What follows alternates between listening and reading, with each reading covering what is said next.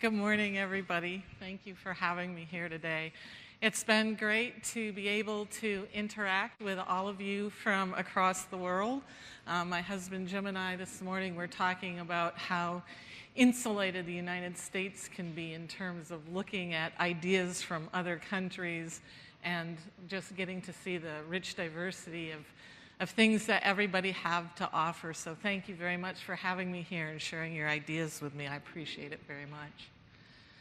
So John did a really good job. He just took away the first 10 slides of my presentation. But that's good because we need to get moving. So I'm here to talk a bit about melting zombies and toasting bats. And that refers to this an idea about making thinking visible, which I'll visit in a few minutes. So to give folks a context here, UW Stout is named after James Huff Stout, not the beer. Unlike all the other institutions across Wisconsin that are named after their towns. So the institution was started by James Huff Stout, and so it was started as an institution to train, technology education teachers, shop teachers, and family and consumer science teachers. It has since expanded and become a public university. And there's a little over 9,000 undergrad students there. We're about an hour and 20 minutes east of Minneapolis, if any of you know where that is. So, you folks are checking the weather and hoping that you can go home to your warm and humid climates or drier climates. I checked the weather forecast, 12 a.m. it was minus 11 degrees Celsius. That's still relatively warm. It's going to get colder. And this is a picture out my back door about a year ago. So when you folks go home to your homes, I'm going to go home to the pair of wool socks I have left in the car and my winter jacket. And I am going to leave here dressed in summer clothes, freeze for 20 minutes on the shuttle, go pull on my wool socks and winter coat and hope to at least turn the car heater on to make it home. So John did a nice job of covering this. I've spent about 20 years as a K-12 teacher before I moved into the university. And I have aerospace highlighted here because I have been a long believer in collaborating with students on research. So when I taught aerospace in the high school, it wasn't just here's how you go into space. We were building interactive space capsules and doing space missions. And this is back in the mid-90s. We were connecting computers together and trying to figure out how to do teleoperated robotics. I took students into the pool and hired a diver so they could see what it was like working in space. And they were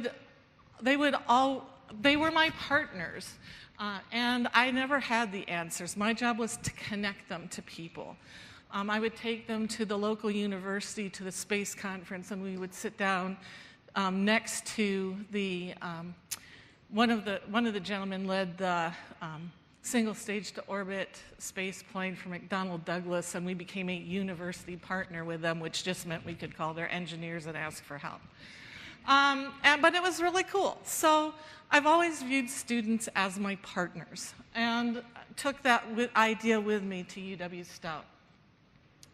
I now teach both graduate and undergraduate classes, and one of the classes I want to talk about today is a class called The Impacts of Technology on Learning. So the major points that I want you to come away with today is that the RSD can be used in many contexts. It can be modified and scaled across disciplines, and it creates a common language that makes it easy for us to talk across disciplines, across levels of instruction, and even to have conversations internationally. I would say that also collaboration is key to the success. It's difficult to make change if you're working alone, at least for me. And finally, that implementation really requires visible thinking. So you need to make your own thinking visible, and you need to make your students' thinking visible. So those are my major points. So on Monday, John asked all of us, what does research look like from your context?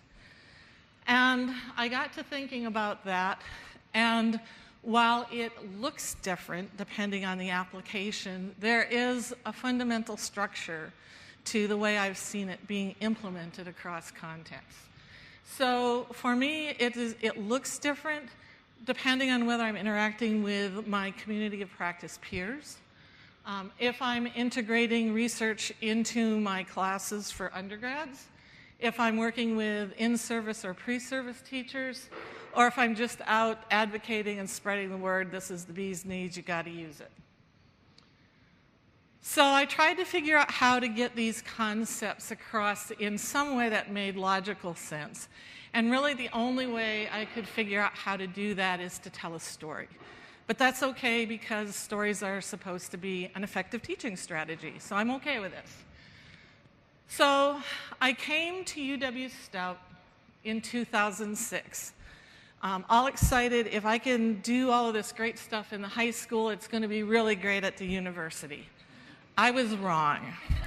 Okay, at the higher up in the education you go, the more focused they are on the grade, and let me get out of here. So I quickly joined a group called CORE, the Creative Original Research Experience Group, and started to promote undergraduate research as sound pedagogy, to join a group of faculty that wanted to get undergrad research spread across campus as a grassroots effort. We did not want our administration dictating to us what this looked like. And to really advocate for research experiences for all students.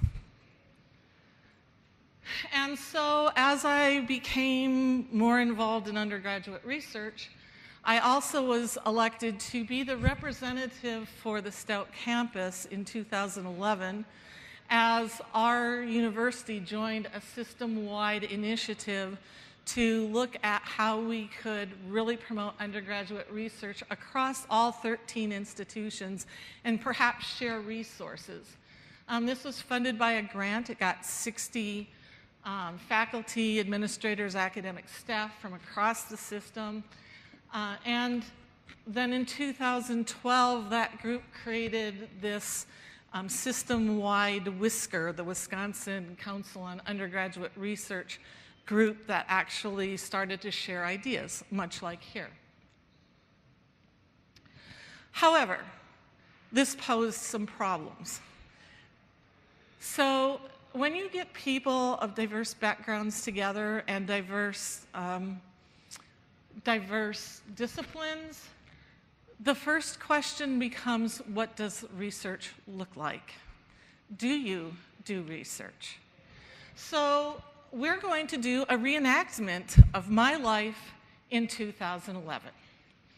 So here's what I want you to do. All of you should have,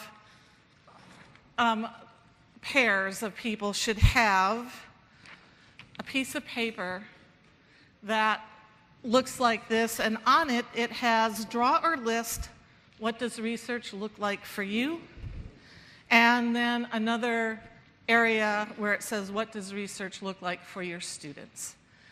I would like you, and we're a little crammed for time, so we're going to have to condense this, but I want you to take about 2 minutes and write down there or discuss with your partner, what does research look like for you? So 2 minutes, let's go 90 seconds, and your mark, get set, go.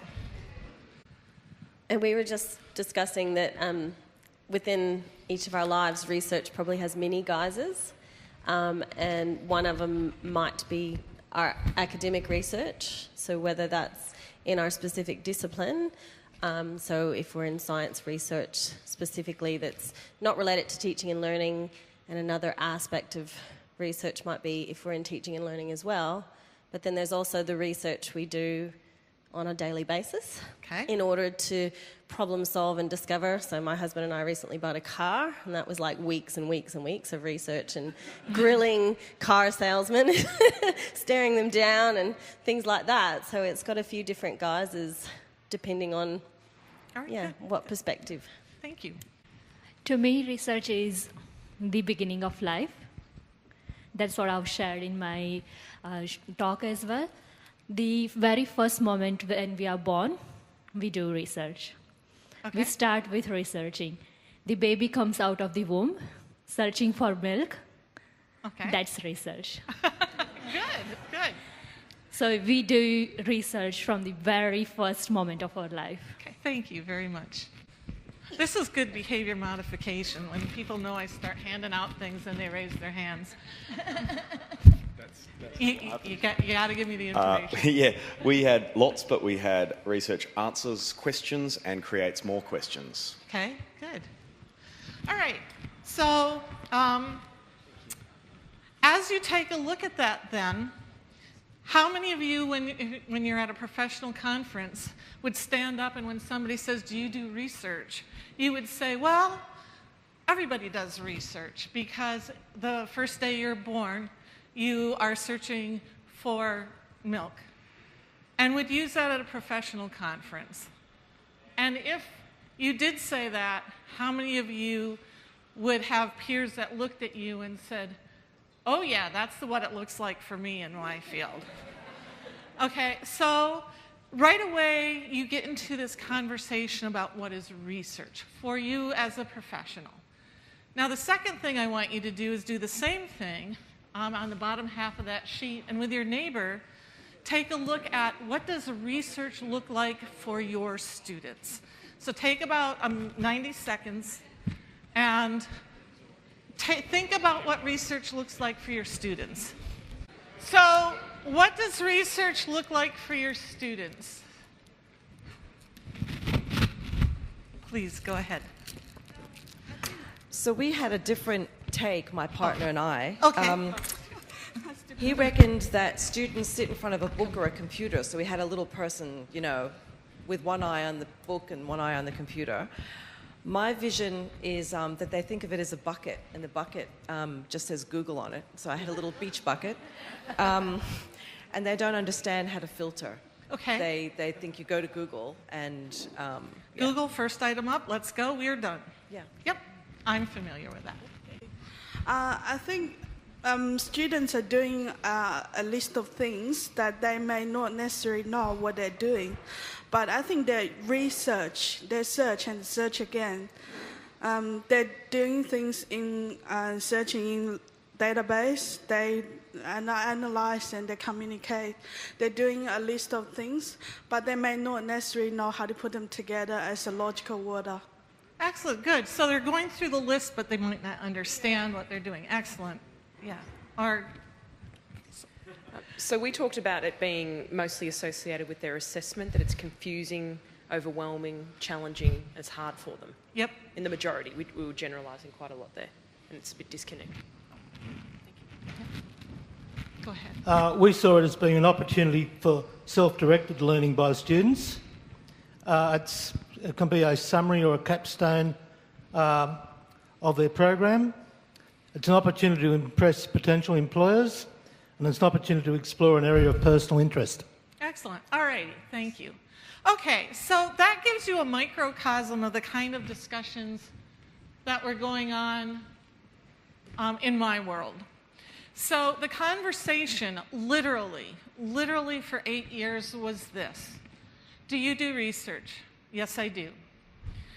What does research look like? And it could be your own research or student research. And you would tell somebody what it looked like, and they would say, well, that's not what it looks like for me. And then they would all agree that we really need to define research and come up with a common understanding. And then that would lead us back to, do you do research? And for 8 years, that was the conversation. Very frustrating. So, Again, I've mentioned this whisker system. This whisker event was timely in that things started to converge at a really good time. So because of the whisker initiative, our chancellor became involved and said, okay, if the system is doing this and there's a grant, we have this core community, we need that core, you folks in core, you need to develop professional development for the rest of your faculty to help implement undergrad research into teaching. You need to do that by the fall of 2012. And we want to improve critical thinking. We want to look at undergraduate research. And we're moving toward emerging research institution. You folks in core, go for it. We didn't have any resources. We knew we wanted to do it. We weren't sure what we were doing. But as part of that whisker meeting, a colleague of mine, her name is Desiree, raised her hand as we were talking about we need to define research. And she said, there's this guy in Australia, and he has this framework you might want to take a look at. And so that led to a conversation with John, who then eventually came to Stout to do a workshop. So John did his workshop with us in the summer of 2014. About 40 administrators and faculty attended that. And as a result, there was 3 of us who said, hey, let's start a community of practice.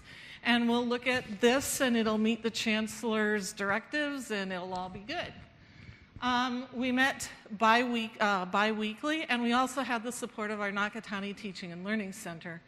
And as a result, one of the things for completing this is we got a stipend, but we also needed to incorporate SOTL research into into this community of practice. So we were on the hook to do something in our classes.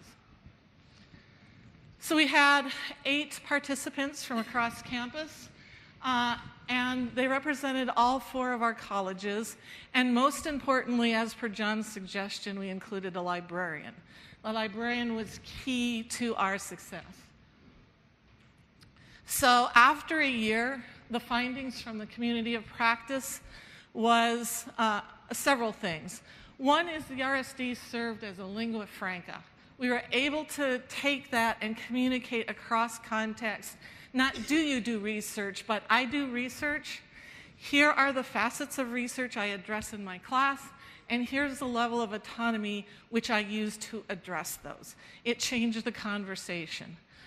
We also found that for those of us in social science, we assumed that everybody knew about IRB and how to fill out an IRB, but if you are in the math and some sciences that do not deal with human beings, you do not have any experience with that, so we had to mentor them through the process.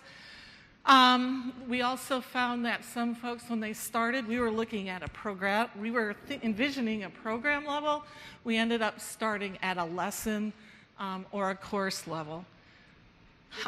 Yeah. Institutional review, IRB is an institutional review board.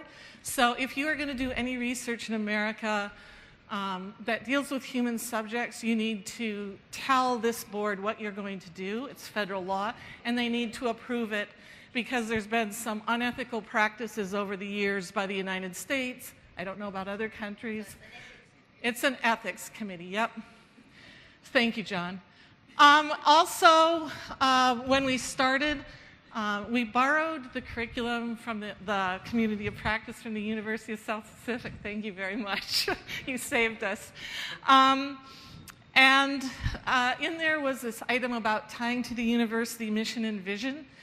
And when we first looked at it, it's like, yeah, we'll get to it maybe someday. But we've quickly found it was critical because eventually, very quickly, we needed to justify why our efforts were important to the university for funding, for the attention of the administration, et cetera.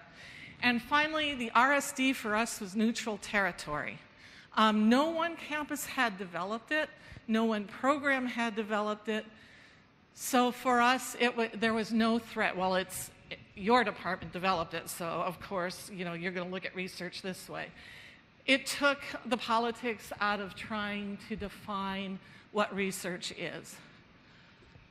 So, John kindly came back in December of 2015, and he brought Dorothy Missingham with him.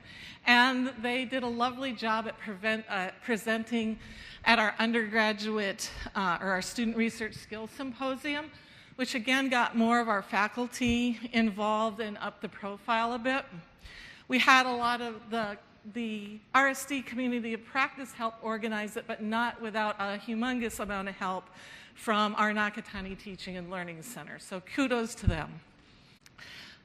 We take a look at the impacts of this, and as I came today, I was like, geez, I'm not sure we have a whole lot to show for that, and I'm not really sure what I have to offer this group.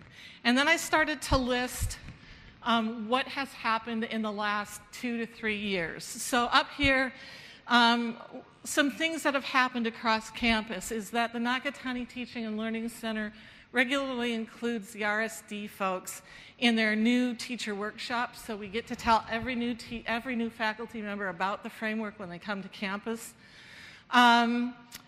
We have developed an instructional module that's online. We take a look at how to develop new and interesting ways to introduce the RSD to our colleagues, and we're starting to get requests to present at the department level. It impacts at the state level. We've done some presentations. You are going to post the presentation, right? The slides? Online? Yeah. So in terms of time, I'll let you folks take a look at the state level if you're really interested. And then on the national level, John and I presented at Kerr in the summer of 2016, and as a result of that, we got a request to do a workshop in the fall of 2016. John slept in his office and logged in while I was on Skype. And so we started then to spread the word at a more national level. So, something that came out of this for me is the idea that there's a template. There is a pattern to the way it works to get the RSD implemented across campus, across context. So, first of all, you need to consider the context or the audience. Then you need to collaborate. What resources do I need to bring to the table? If it's a lesson in my classroom, all I need is me. If it's a symposium, I need the help of my outreach center and coordinators and Nakatani Teaching and Learning Center and the food services to make the event happen. And then the community is to make sure you get the right individuals to the table. But more importantly, that's pretty straightforward. The other thing is that you need to make things visible. You need to make thinking visible for yourself and for your students or learners so that you can guide them to the next step. So we're going to quickly take a look at 2 examples. They will be quick, but one of them then leads back to the title, Melting Zombies and Toasting Bats. I'm not into witchcraft. That's not what this is about.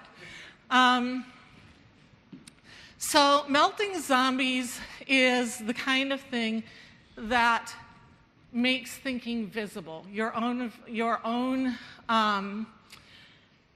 thinking and your students' thinking. So how many of you in here have heard of zombies? Okay, somebody tell me what zombies are. Tell me what zombies are, please. The undead, okay? So they're not living, and they're not dead. They're someplace in between. Dead on the inside, but alive on the outside. Okay, dead on the inside, but alive on the outside? They eat brains. They eat brains, yes. They're empty shells, okay? So, my question to you is, do you ever feel like the students you work with, the peers you work with, or your administrators are zombies? All right. So, here's what I want you to do. You have a second sheet in front of you. I want you to take just a couple real quick minutes And on one side, this is a tactic on making thinking visible. I want you to list all of the examples you can of unengaged or not thinking zombies, or the engaged thinking, which is like where you want you and your peers to be. So please take about a minute and make a list with your partner. In the interest of time, I'm going to have you folks stop. I need 3 people to give me an example of when you have seen critical thinking and when you have not seen critical thinking. So I need 3 people who haven't spoken yet, please.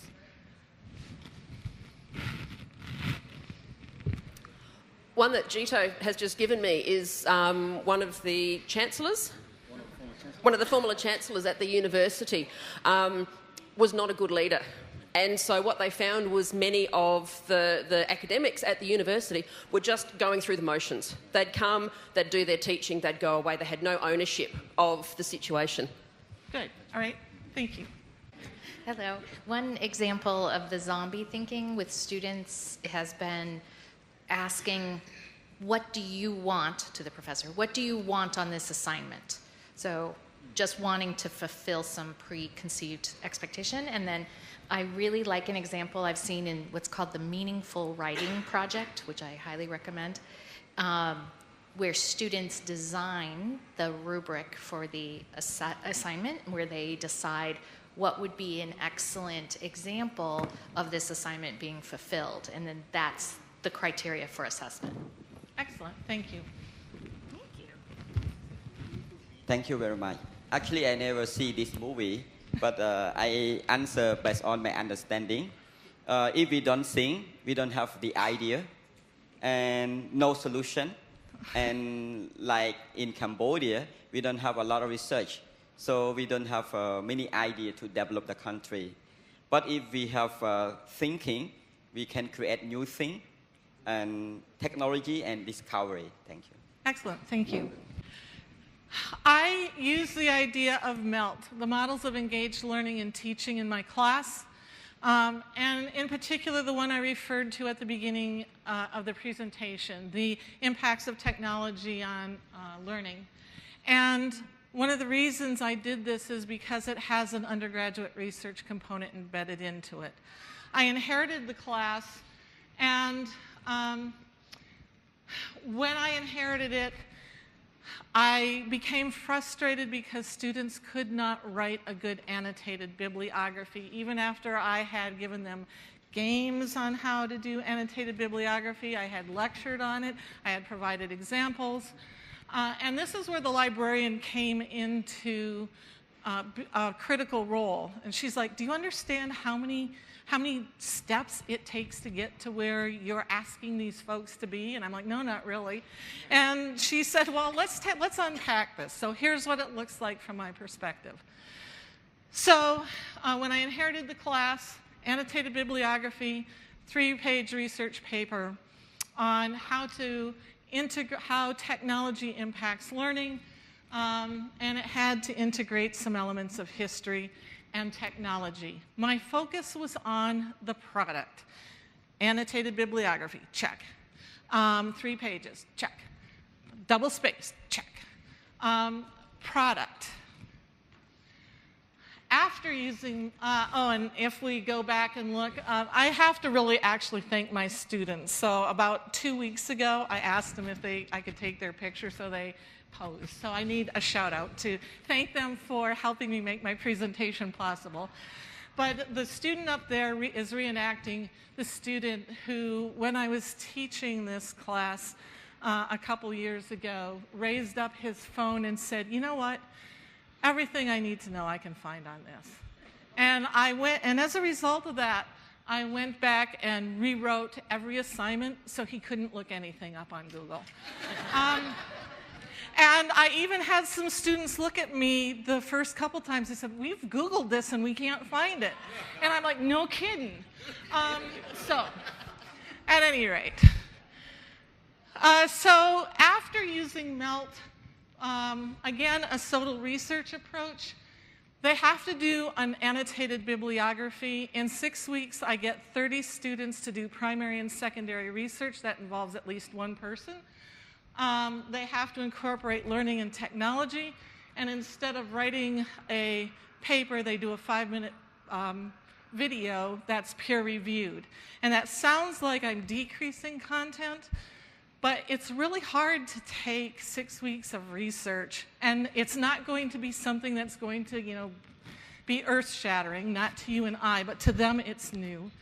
And they have to condense their work into 5 minutes, which is difficult to do. But it mimics the research process. I am here presenting, they do their videos. It's like being at a conference presenting. So the other thing then that I do is trying to make thinking visible. And there's this guy called Tom Wujek who talks about solving wicked problems in business and industry. And he starts out by having people draw how to make toast. And so you draw how to make toast, and then you get people to analyze their thinking because it makes their thinking visible to them. And there's a link to it's a TED video, and he has a website on how to run a toast workshop. And he uses it to analyze complex problems and work in groups. But for me, it makes thinking visible so that you get to understand how your students or how people in a workshop are thinking. And I've taken this up to northern Wisconsin to a couple of communities who I am working on as they try to look at the way to incorporate Fab Labs into the curriculum. So Fab Labs are these spaces, much like technology education, industrial art shops. They have a 3D printer, they have a vinyl cutter, they have a laser engraver, they have a large mill, and they have a large mill and a small mill. And everybody is focused on the tools. We're going to bring the students in, and we'll teach them how to use the CNC router. Why? Well, because that way they will learn problem solving, and they will be able to go to our local employers, and they will be able to be a productive part of the workforce. That's good. But how does that connect to your curriculum? So they came up with making a cribbage board because it was really good at using the machine, and they could use it in class. And I'm like, where? And they said, well, we use it, here and here. And I said, if I was, how does that connect to your standards? And they're like, well, you can count with math. And I'm like, okay. And so cribbage, I don't play cribbage. Any of you in here play cribbage? Okay, a few of you. So apparently up there, it is a well-known cultural piece of their community. But for me, I was looking at it going, I wouldn't do this. But I started to talk to them.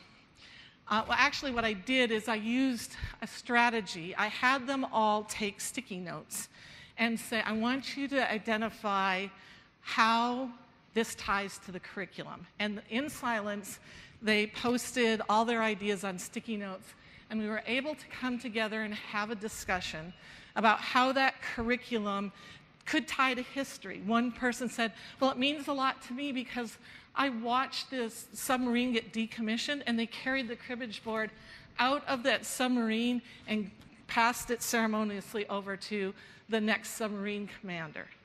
So then that starts to become about history. And then they started talking about math, how it could help them teach math. And I said, okay, so instead of focusing on making things, let's look at how this will actually be meaningful within your context. Let's stop focusing on the machines and start focusing on why this is important. So the machine should support your curriculum. The curriculum shouldn't be squeezed into some place where you're making stuff to make stuff. So I kind of went over that. So we've come up with different strategies for making thinking visible. John kind of mentioned the geocaching in the library, drawing. I have students draw what research looks like before and after they take my class. Looking at toast activities. We look at how planning a hike is research. But more importantly, I get to challenge the assumptions they make. The weather will be nice. How do you know? I looked at Google. Is Google accurate? Our weather forecast is only accurate about half the time. So I get to poke at them and challenge their thinking. So in conclusion, or close to conclusion, why make thinking visible? So you can't assess, or as a teacher, you can't improve on something that you cannot see. So you have to be able to see the way your students think. You can't provide guidance to students or workshop participants if you don't know where they are. You can't be a reflective practitioner if you don't take a look at what you're doing through students' eyes. And working with library professionals, they have readily pointed out to us very kindly that we have expertise blindness. That, okay, that thing you do really easily takes 10 steps for the students. And they also bring in information literacy skills to what we're doing and help us see where our expertise blindness gets in the way. So cultural shifts, I was thinking about the cultural shifts. Sometimes I think we aren't making any progress at our university. But as I take a look at it, the core committee is now really starting to morph into an integrated RSD group of professionals that are delivering professional development in a much different way. We collaborate, there's a community, and we have context. Also, the RSD is now tied to SOLO research. I just completed my post-tenure review, so we'll see how my faculty members react to creating SOLO research as actual research, or if they're going to look at it as teaching activities.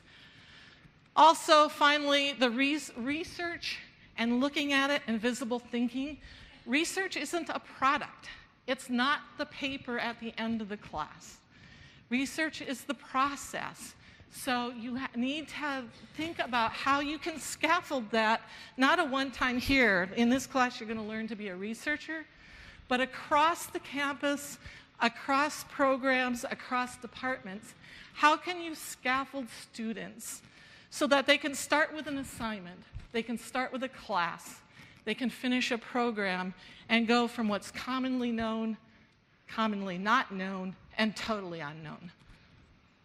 And with that, thank you for your time.